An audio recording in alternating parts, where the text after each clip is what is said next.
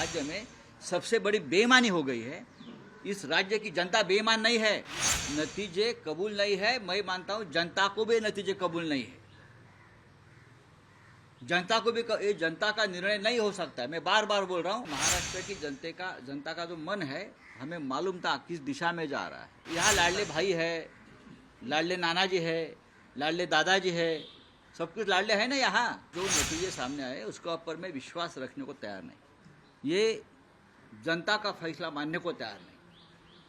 हमने महाराष्ट्र की जनता का जो मन है, हमें मालूम था किस दिशा में जा रहा है। लेकिन 2 दिन पहले गौतम अडानी के खिलाफ एक वारंट निकला, अरेस्ट वारंट। बहुत बड़ा भ्रष्टाचार का आरोप हो गया,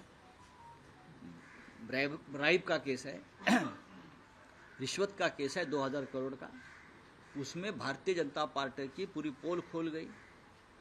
गौतम अडानी, बीजेपी, मोदी जी, शाह जी और फडणवीस, शिंदे, ये एक है। और उसका ऊपर से ध्यान हटाने के लिए ये पूरा एक कपट कारस्तान हो गया है और उसकी तैयारी पहले से चल रही थी। हमने ये महाराष्ट्र जो गौतम अडानी के जेब में जा रहा है, मुंबई जेब में जा रहे हैं, हमने विरोध किया। ये अडानी राष्ट्र नहीं होने देंगे। तो इसके लिए इस प्रकार के नतीजे महाराष्ट्र के ऊपर लाद गए हैं। ये जनता का कौल हो ही नहीं सकता। महाराष्ट्र की जनता का मन हमें मालूम है, ये हो ही नहीं सकता है। राउत साहब, दिख रहा है कि लाडली बहन जो सरकार की, अरे लाडली भाई, यहाँ लाडले भाई है, लाडले नाना जी है, लाडले दादाजी है, सब कुछ लाडले है ना। यहाँ से ज़्यादा आने वाले थे अच्छे। हमारी 4 या 5 सीटें लोगों ने चोरी की है, मैं आपको बता रहा हूँ। नहीं, पर राउत साहब, अब दिख रहा है कि महाराष्ट्र के विधानसभा में विपक्ष के लिए भी कुछ, मतलब विपक्ष यही लोकसभा के 2 चुनाव में 2014-2019 ने मोदी और शाह ने यही किया था कि विपक्ष का नेता कांग्रेस को नहीं मिलना चाहिए।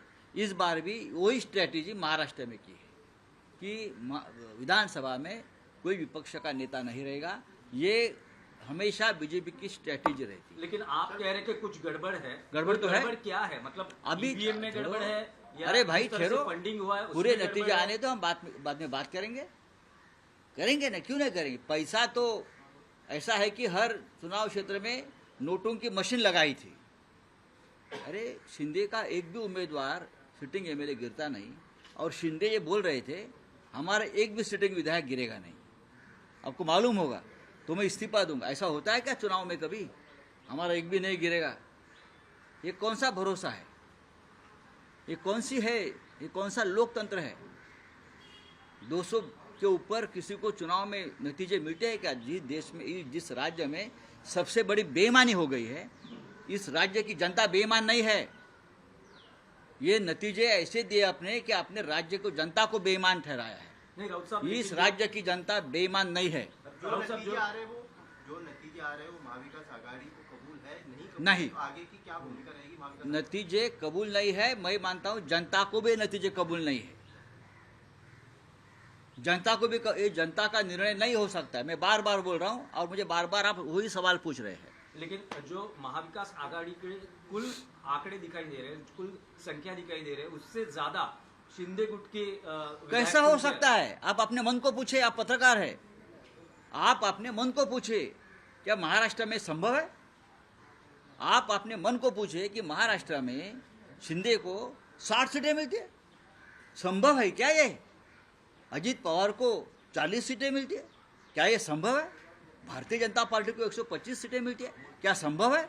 क्या इस राज्य की जनता भी बेईमान है? इस राज्य की जनता बेईमान नहीं है, इसके ऊपर हमारा विश्वास है।